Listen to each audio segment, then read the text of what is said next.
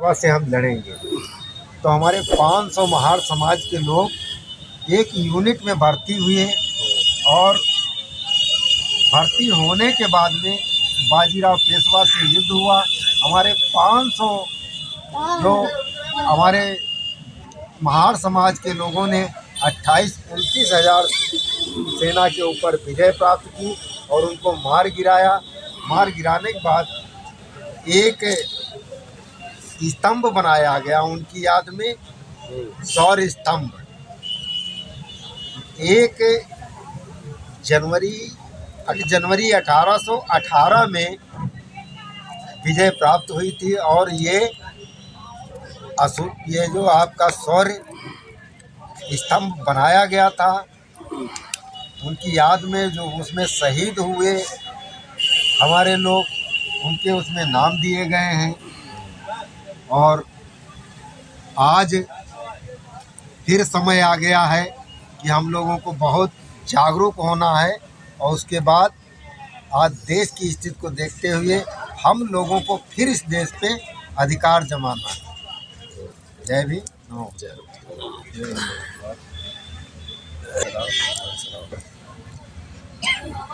साथियों, आज जो है शौर्य दिवस जो 1 जनवरी 1818 में 500 महार और BS को मार गिराया था। तो आज जो हमारा दिन है विजय दिवस है। लेकिन हमारे जितने भी बहुजन समाज के लोग हैं वो नहीं जान रहे कि 1 जनवरी को क्या हुआ था। इसलिए सब लोगों को जागरूक होकर इस तरीके से महाराष्ट्र में हुआ था। इसी तरीके से जब अपने यहाँ पूरी यूपी में जब 1 जनवरी आएगी तो बिल्कुल जिस तरीके से चंद्रशेखर भाई वहाँ जा रहे हैं, आज वहाँ महाराष्ट्र में गए हुए हैं, इस तरीके से तो हम लोगों को वहाँ ना जाना पड़े, यहीं हम लोग मनाएं। लेकिन अपने यहाँ यूपी में जागरूकता कम है। तो हम सभी यूपी के भाइयों से कहना चाहेंगे कि आप सभी साथी ज़्यादा से ज़्यादा जागरूक होकर इस मिशन को आगे बढ़ाएं। बहुजन हिताय बहुजन सुखाय। सभी साथियों को जय भीम, नमो बुद्धाय, नमो अम्बेडकर। आज के दिन जो भी कार्यक्रम है मनाया जा रहा है, ये सबसे बड़ी हर्षोल्लास की बात यह है कि आज हम लोग यहाँ पर बैठे हुए हैं डॉक्टर BR अम्बेडकर की प्रतिमा के सम्मुख। तो आज हम यहाँ पर कुछ बच्चे भी बैठे हुए हैं, उनके लिए हम आज के दिन के अवसर पर हम कुछ बताएंगे कि डॉक्टर BR अम्बेडकर जी ने अपने जीवन काल में जो भी कार्य किए वो हम सब के लिए, बहुजन जितने भी दलित वर्ग थे या OBC थे या जनरल थे, डॉक्टर BR अम्बेडकर जी ने सभी के लिए कार्य किया, न कि किसी एक पर्टिकुलर पर्सन के लिए काम किया है। तो हम तो बच्चों को यही बताना चाहेंगे कि सन 46 में जो है, जब डॉक्टर BR अम्बेडकर जी का मसौदा स्टार्ट हुआ, पंडित जवाहरलाल नेहरू जी जिन्होंने गठन किया था कमेटी का, जिसमें अध्यक्ष डॉक्टर राजेंद्र प्रसाद जी को अध्यक्ष चयनित किया गया था।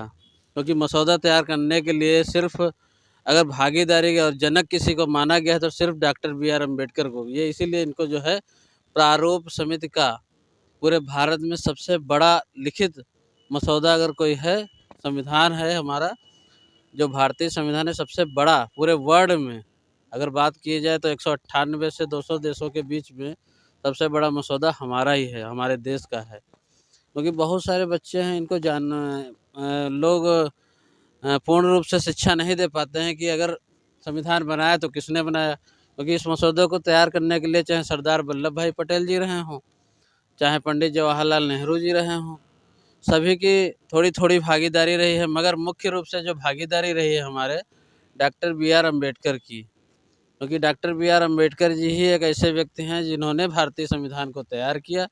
इसलिए इनको जो है पूरे भारत में इनको जो है जनक माना गया है। हमारे संविधान जो बनाया गया, इस प्रारूप समिति के अध्यक्ष के साथ साथ में इनको हमारे भारतीय संविधान का जनक भी माना जाता है, क्योंकि बहुत सारे बच्चों को मालूम ही नहीं होता कि इस संविधान को लिखने वाला कौन है। क्योंकि नाम तो सभी लोग सुनते हैं बड़े बड़े मंचों पर कि डॉक्टर बी.आर. अम्बेडकर जी ने सन 46 में, तो ये जो हमारा संविधान है 2 वर्ष 11 माह 18 दिन में तैयार हुआ।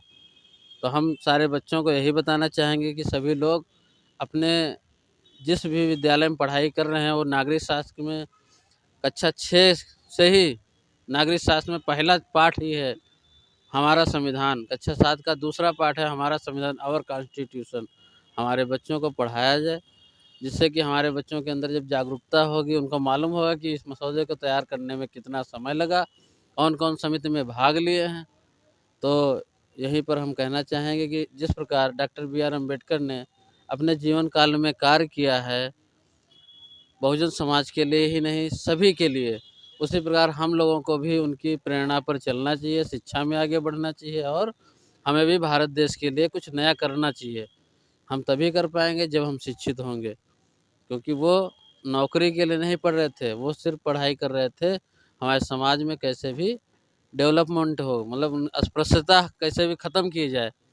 Doctor B R. अम्बेडकर चाहते तो बहुत अमीर बन सकते थे, मगर उन्होंने जो है अपने समाज के लिए ही सिर्फ काम किया। इसलिए हमको भी शिक्षित होकर के अपने समाज के लिए काम करना है। धन्यवाद। अपनी वाणी को मैं विराम देता हूँ। सभी को जय भीम, नमो बुद्धाय, नमो अम्बेडकर। बहुत बहुत धन्यवाद। रहेंगी या राज्य भी होंगे, ढांचा पूरा तैयार करना एक बड़ी बात है। 2 साल 11 माह 18 दिन में एक लंबे समय में अर्थक प्रयास करते हुए हस्तलिखित संविधान, किसी से कहा जाए, मतलब आज देख रहे हैं लोग अपना रजिस्टर नहीं मेंटेन कर पा रहे हैं, बहुत सारे अधिकारी कर्मचारी, और इतनी बड़ी प्रति को हाथ से लिखना आसान बात नहीं थी। लोग भ्रमित करना चाह रहे हैं आज के बढ़ते हुए आपकी लोकप्रियता को देखते हुए वो लोग आपको भ्रमित करना चाह रहे हैं कि अम्बेडकर ऐसे थे या वैसे थे, ये किया वो किया। तो यहीं पे उसका भी खंडन करना जरूरी है। कोई ये बात करता है कि बाबा साहब ने संविधान लिखा और आप लोगों के हित में ही लिखा, तो ये भी गलत है। बाबा साहब मतलब मसौदा प्रारूप समिति के अध्यक्ष थे, लेकिन 2 साल 11 माह 18 दिन में जब संविधान बनके तैयार हुआ, जब अब जो बढ़ जाएंगे वो लोग, जब बनके तैयार हुआ तो 26 नवंबर 1949 को वो संविधान जो है दिया गया पूरी टीम के साथ। उसमें करीब 280 के समथिंग जो है वो सदस्य थे, कमेटी के सदस्य थे, जिन्होंने उसे अध्ययन किया 3 माह तक। नवंबर में बना, फिर नवंबर, दिसंबर, जनवरी, फिर 26 जनवरी को संविधान पूर्ण रूप से लागू हुआ। ये जो बीच का समय था उन लोगों को अध्ययन करने के लिए दिया गया था कि इसमें देख लो कुछ और सुधार करने वाला तो कर लिया जाए। तो उस समय वो लोग कहाँ थे जो आज कीचड़ उठा रहे हैं? इनके बाबा परदादा क्या कर रहे थे? वो तो बहुत सारी डिग्रियां लेकर के बैठे थे। बाबा साहब तो सिर्फ अकेले थे। तो ये हमें तर्क बुद्धि होनी चाहिए, ये बहुत जरूरी है। बहुत अच्छा लगा हम सबके बीच में बात रखे। हम चाहेंगे हमारे बड़े भाई बबलू दादाजी हैं हम सबके बीच में, वो भी अपनी बात जरूर रखें। ज़्यादा बढ़िया आगे ठीक।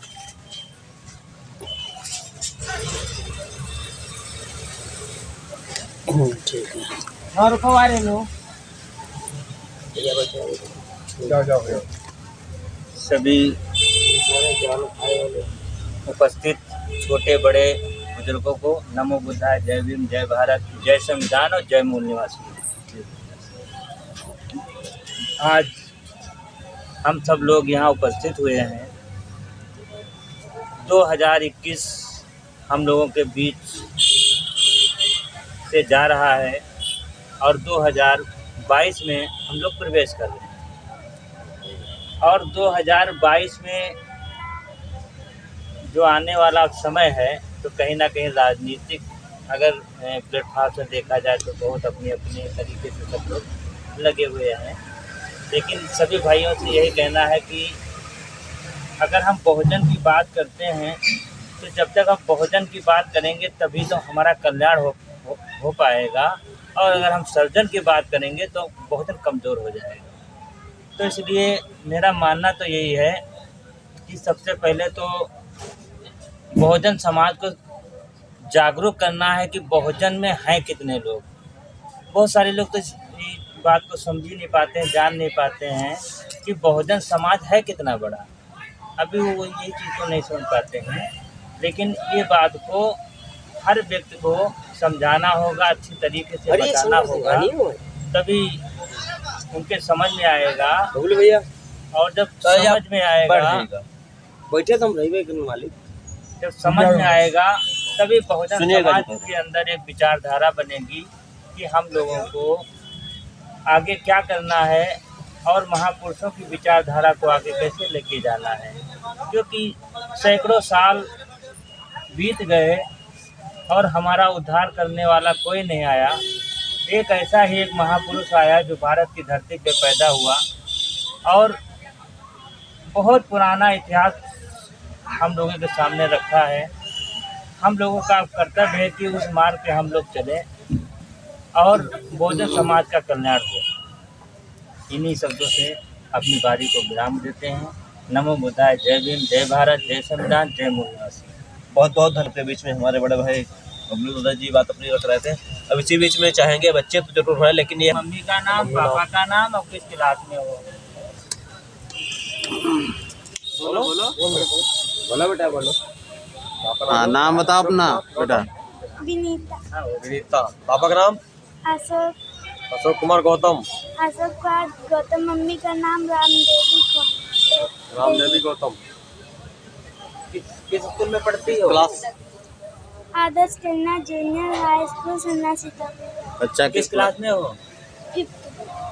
ठीक है बेटा। चलिए ठीक है, बैठ जाओ। चलो उनको जो लो दूसरी बेटी। हाँ बताओ। बोलो। मैं 5th क्लास में पढ़ती हूँ। सबसे पहले अपना नाम बताइए। कि मम्मी का नाम बताइए, पापा का नाम बताइए, तब स्कूल का नाम बताइए, तब क्लास बताइए। हमारा नाम है पारुल देवी और मम्मी का नाम है कुसुमा देवी और पापा का नाम है सत्यपाल गौतम और मैं 5th क्लास में पढ़ती हूँ। आदर्श कन्या जूनियर स्कूल सन्नासीता। अगला बच्चे को चलिए ठीक है। चलिए अपना नाम, मम्मी का नाम, पापा का नाम वो मैथ लीजिए पहले तो बोला करो। My name is Shiva Chaudhary. My father name is Suresh Chaudhary. My mother name is Seema Devi. My class 7th. Okay. और सभी लोगों को नमस्ते जब करते हो तो कैसे करोगे? जय भीम, नमो बुद्धाय, है कि नहीं? सबसे पहले हम लोग जय भीम करना सीखेंगे, फिर बाद में अपनी बात को रखेंगे। अगला खड़े हो।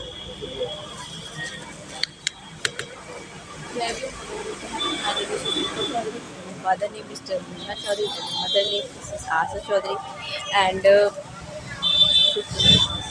किस क्लास में हो? 12th साइंस ग्रुप, आर्ट में? science. अगला नेक्स्ट होगा।